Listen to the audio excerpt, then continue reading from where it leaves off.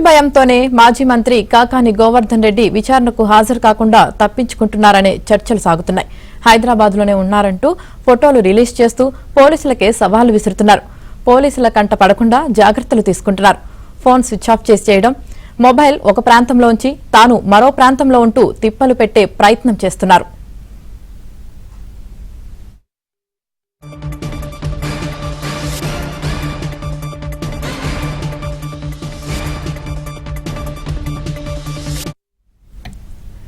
ఇక ఇదిలా ఉంటే కాకాని ముందస్తు బెయిల్ పిటిషన్పై విచారణను హైకోర్టు రేపటికి వాయిదా వేసింది. అంతేకాదు రేపటి వరకు అరెస్టు కాకుండా ఆర్డర్ ఇవ్వలేమని కూడా చెప్పేసింది.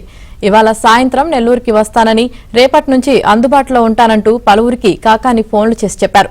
మూడోసారి నోటీసులు ఇచ్చేందుకు పోలీసులు సర్వం సిద్ధం చేస్తున్నారు. గతంలోనూ ఓ కేసులో పరారైన కాకాని సుప్రీంకోర్టులో బెయిల్ తెచ్చుకున్నారు. అదే తరహాలో ఇప్పుడు కొనసాగిస్తున్నారనే అనుమానాలు వ్యక్తమవుతున్నాయి.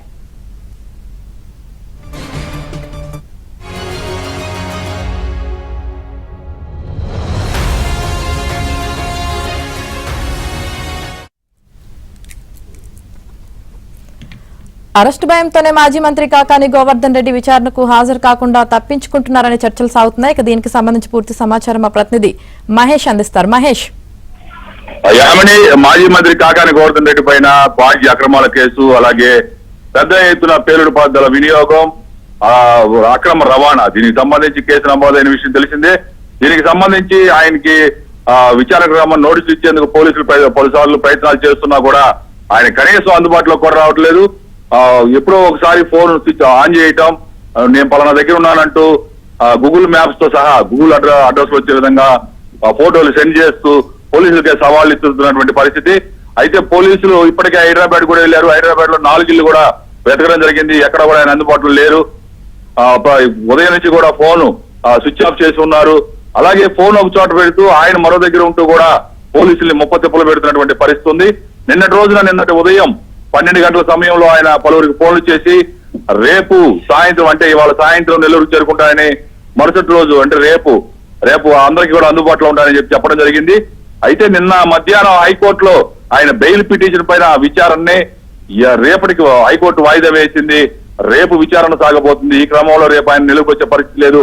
ఒకవేళ వస్తే ఇమీడియట్ గా ఆయనకు మూడోసారి నోటీసులు జారీ చేసేందుకు కూడా పోలీసులు సిద్ధంగా ఉన్నారు.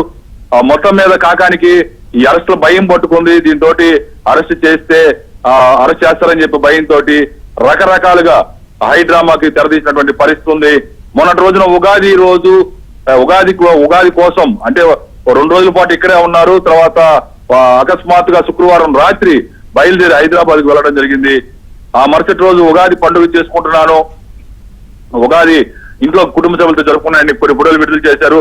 మళ్ళా రాత్రి ఇంట్లో శుభకార్యం ఉంది, ఆ ఏర్పాట్లు పర్యవేక్షిస్తున్నానంటూ మరొక 4 ఫోటోలు కూడా పోస్ట్ చేయడం జరిగింది. గతంలో కూడా ఈయన పైన కేసు నుంచి బెయిల్ తెచ్చుకునేందుకు ఆయన ఇదే విధంగా హైడ్రామా ఆడి చివరికి సుప్రీంకోర్టులో బెయిల్ తెచ్చుకున్నారు. అదే తరహాలో ఇప్పుడు కూడా పోలీసుల్ని అందరినీ తప్పుదోవ పట్టిస్తూ ఏదో ఒకలాగా బెయిల్ తెచ్చుకునే ప్రయత్నాలు చేస్తున్నారనే చర్చలు ముమ్మరంగా సాగుతూ ఉన్నాయి. Right, thank you Mahesh.